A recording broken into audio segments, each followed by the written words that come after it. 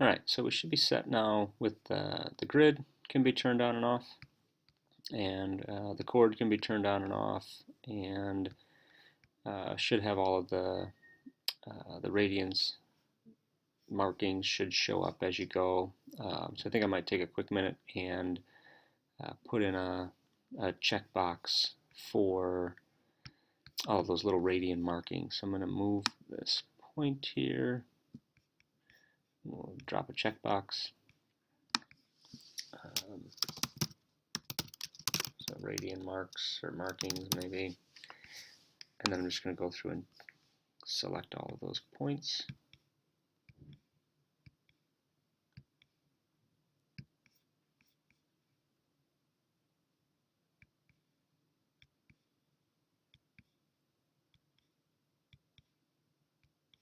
I'll say apply, and then make sure you hit escape or click on this arrow tool over here if you want to check this or move it. Otherwise, it'll make another box, another checkbox. It's really frustrating. Okay, so now after we've got all that set up, I think the other parts are a little bit quicker now. So if we wanted to add the tangent function, actually I want to put the circle back up. I prefer having that piece. So just look under the conic sections. It should be one of the circles that you have here. I think it might be the first one.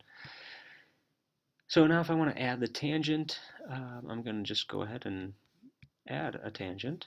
So I'm going to do that by probably doing a perpendicular. So I'll do a perpendicular through this point and perpendicular to this segment right now, I suppose. And after I do that, I'm going to move this point. Not yet. Move this point, and we have to add something else here. So we need to add a line that goes from the center of the circle to the end of this arc. And right away I'm going to take the label off. I'm going to take the label off of the tangent line. And that should be it. I'm going to check it, make sure everything works. It looks like it works right. I'm going to make the intersection.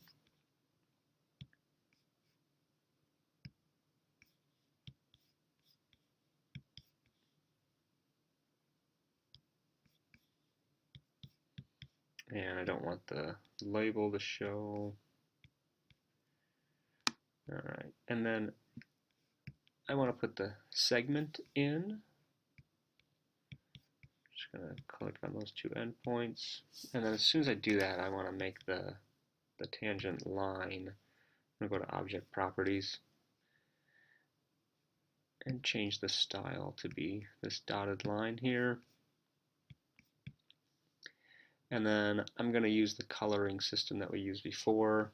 So I'm going to right click on the segment. So I'm on it's on the segment right now, which is what I want. I'll go to Object Properties, I'll go to Color, and I'm going to use that same blue, and then I'll go to Style, and I'll turn the thickness up a little bit, and should be set. And then I'll take the label off. Good.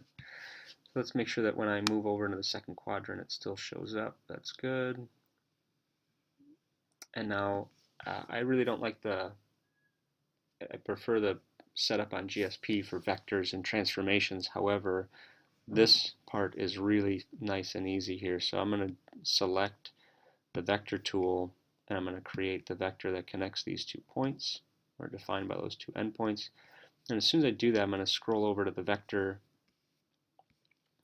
section over here in the algebra view, and this is U1. I'm going to double click on that and then go to Object Properties, and then I'm going to change the name to be tangent, and it'll show the name. That's fine. I don't really want to show the label right now. And now the benefit of that is I have the name of it over here. I can just go up into the transformations. I can select translate by vector. I can take this right endpoint of the arc and click on tangent, and then all I have to do is put the segment in, and then I can right click on it, turn the label off, right click on it, go to Object Properties, Color, same thing. I want that to be blue. Style, I want to increase the thickness, And then I like having this point be a little smaller, so I'll go object properties on that point, and point size, I'll move that down. Oop. And I think that's it. I don't think I want to leave this vector on, so I'm just going to move over here to the tangent vector and click on that circle. So that's hidden now.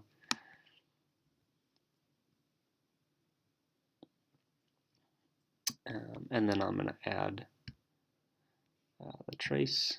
So the trace is on. I can check and make sure this sort of gives me what I expected it should give me. I can turn the grid on to sort of verify.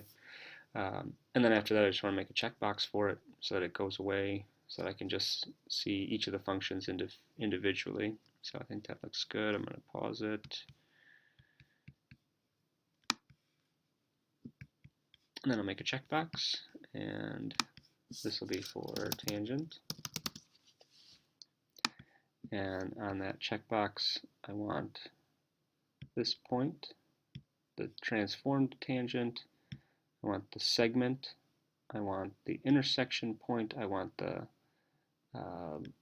line that is tangent, I also want this, what is actually a secant line, I want that hidden also, I believe. So let's check and make sure that does what I want. Make sure you hit escape, tangent, puts everything away like that.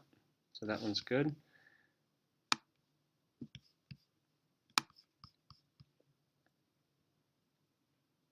And hopefully that one wasn't too long, so let's we can try to do the secant as well. So to do the secant, I think I might need to draw that in radius there so that I can make a perpendicular. So I'll do perpendicular through this point to the radius, and then I'm also going to put a line, horizontal line, and that intersection there should help me define the secant. So there's the intersection. I'll put a segment,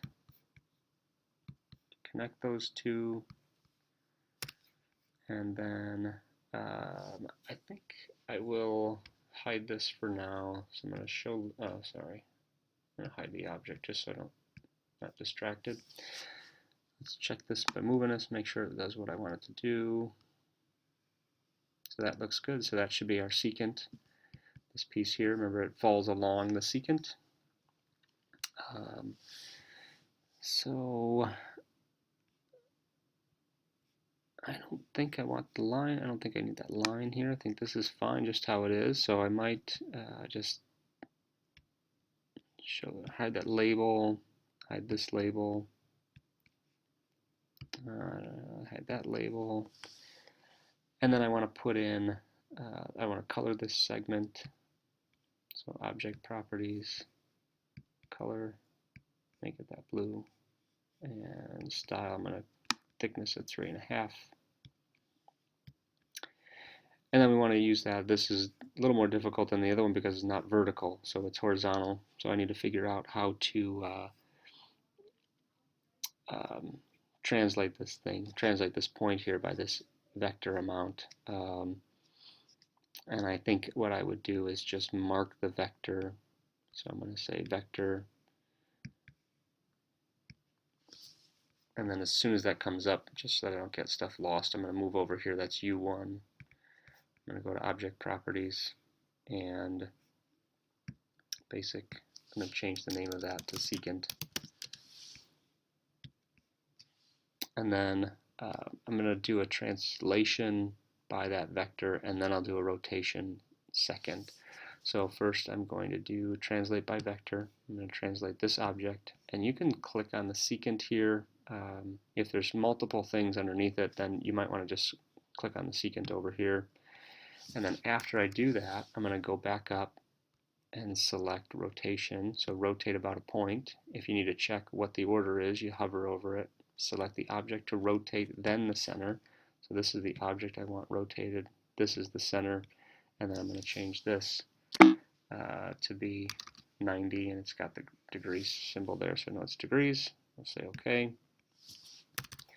And then I'm going to hide this point.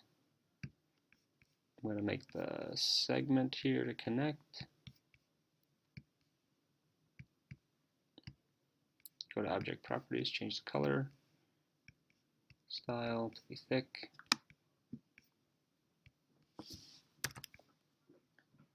And I haven't been doing this, but it wouldn't be terrible to change the name to be secant. That way, if you turn on the label, it is labeled appropriately. I don't want the label on. I want this point to be smaller, so style, turn that point to be a smaller point. The secant vector I want hidden. There we go. And then hopefully as I rotate this, I get what I should get for secant. That looks good. And then I'm going to set the point here, have the trace on. And then last thing is just add my checkbox. So I add a checkbox for secant. And I want this endpoint, the secant segment, and then the untransformed. I also want to hide this rotating radius when I do that, and I want to hide this tangent line when I do that. And I'll say apply. Remember to hit escape, and then you can check on the tangent or the secant. So I missed something there. Yeah, so I missed this segment. And I don't know if you can. I don't know of a way to get back into here and add something else to your list. I would guess there's a way to do it. So if anybody knows of how to do that, let me know. But I'm just going to make the box over again. So secant.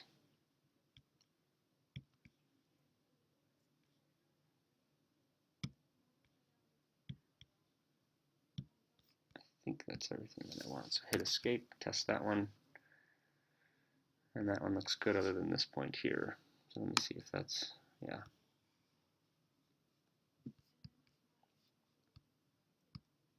Yeah, so this one does not do what I want. This one over here is close, but still doesn't do what I want. So I'm going to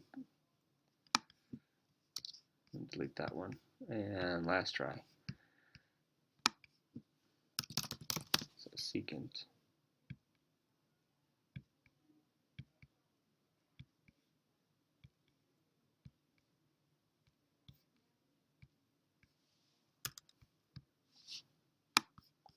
Okay. All right, I think that's it. Hopefully all that stuff works. And I've just realized I hid that point that I didn't mean to, so I'll go back and fix it after I'm done, but not really imperative that I have that. So there's the secant, or there's the chord, tangent, and secant. You can put them all up at once. You can turn the grid on and off, turn the radian markings on and off. And of course you can change the size of the radius up here. I think that's everything that I wanted to accomplish. Hopefully that was helpful. Thanks.